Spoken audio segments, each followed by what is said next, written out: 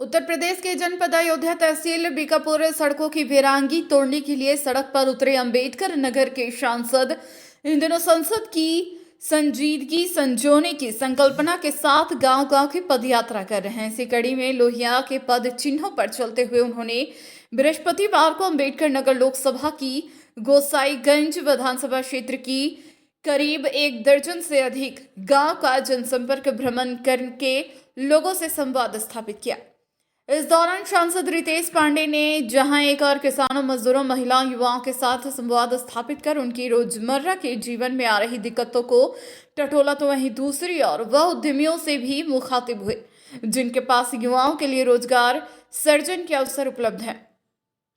Doctor Lohia की संकल्पना सड़कें सूनी होंगी तो सांसद आवारा होगा के साथ क्षेत्र भ्रमण पर निकले सांसद ने मीडिया से रूबरू होते हुए दावा किया कि भले ही हमने क्षेत्र में सड़कों का जाल बिछा दिया हो, मगर अब जरूरत है उद्योग स्थापित करने की मुहिम छोड़ने की।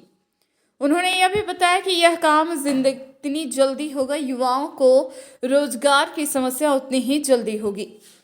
उन्होंने इसी कड़ी में चरावा, शिवरामपुर, धर्मगंज, मऊ, रतनपुर, तेंदुआ, खजुराहट, कोछा बाजार पहुंचकर लंबी जनसंपर्क यात्रा को विश्राम दिया। यात्रा के दौरान सांसद रितेश पांडे के साथ युवाओं की एक लंबी कतार अनवरत उसके साथ उनका उत्साहवर्धन कर रही है, जो कि गरीबों, मजलूमों एवं नरेगा पे हो रहे जो मजदूरी कम है, इसको और तमाम समस्याओं के गरीब व्यक्तियों के ये समस्या यहाँ से सुन करके और सदन में उठाने के लिए अपना कार्य करेंगे। और इसलिए जनता से जुड़े रहने के लिए बराबर रोड पर चल रहे हैं, जो कि आज 14वां दिन लगातार पैदल यात्रा कर रहे हैं। इस संबंध में हम समस्त जनता, समस्त लोग, नागरिक लोग बहुत बहुत आभार प्रकट करते हैं। धन्यवाद।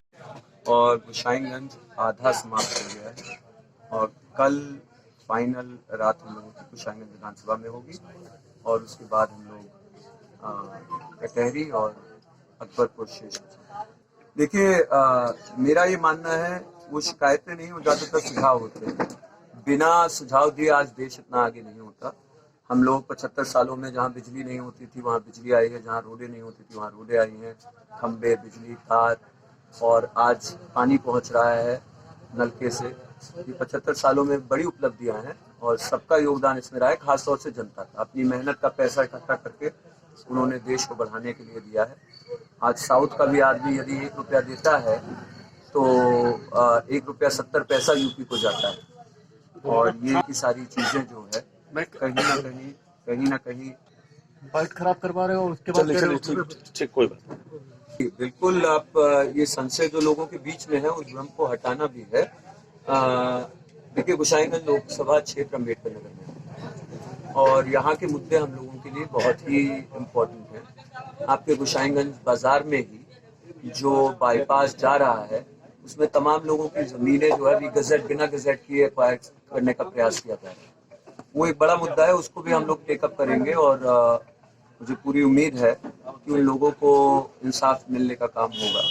और उसी के साथ साथ यहाँ का जो हम लोग अभी आप देख रहे हैं, ये बॉर्डर एरिया से ही गुजरना है और इस एरिया से गुजरने पर हम लोगों को ज़मीनी हकीकतों से भी जानकारियाँ मिलती हैं। और जैसा कि अभी PWD की विभाग से बात हुई, कुछ रास्ते जो खराब हैं उन पे चिट्ठियाँ गई हैं, कोई एक्शन नहीं हुआ, तो अकाउंटेबिलिटी भी क्रिएट करने का एक अवसर हम लोगों को मिलता है। 4 साल में 2 साल तो कोविड के थे, उसमें भी हम लोगों ने काम किया। मेरे क्षेत्र से जितने भी लोग मुझे, चाहे बॉम्बे में रहे हों, चाहे मध्य प्रदेश में फंसे हों, चाहे साउथ में फंसे हों, हम लोगों ने फुल टाइम एक ऑनलाइन सिस्टम चला करके लोगों की मदद करने का भरपूर प्रयास किया। उसके अतिरिक्त भी हम लोग निरंतर गांव में मीटिंगें करते रहे और अपने संगठन को मजबूत करते रहे, जिसके जरिए हम लोगों को जानकारियाँ मिली। उसी संगठन के सुझाव पे हम लोग बाहर निकले और एक लोकसभा क्षेत्र में मोटा मोटी 1000 ग्राम सभाएं होती हैं और हर ग्राम सभा के लगभग 5 पुरवे होते हैं। हर 5 पुरवे अगर हो गए तो 5000 छोटे छोटे पुरवे होते हैं। एक साल में 365 दिन, 1800 कुछ दिन 5 साल में होते हैं। उसमें आपको लोकसभा भी जाना है, समितियों की बैठक भी देखनी है, किसी के यहाँ कोई गुजर गया, शादी है, ब्याह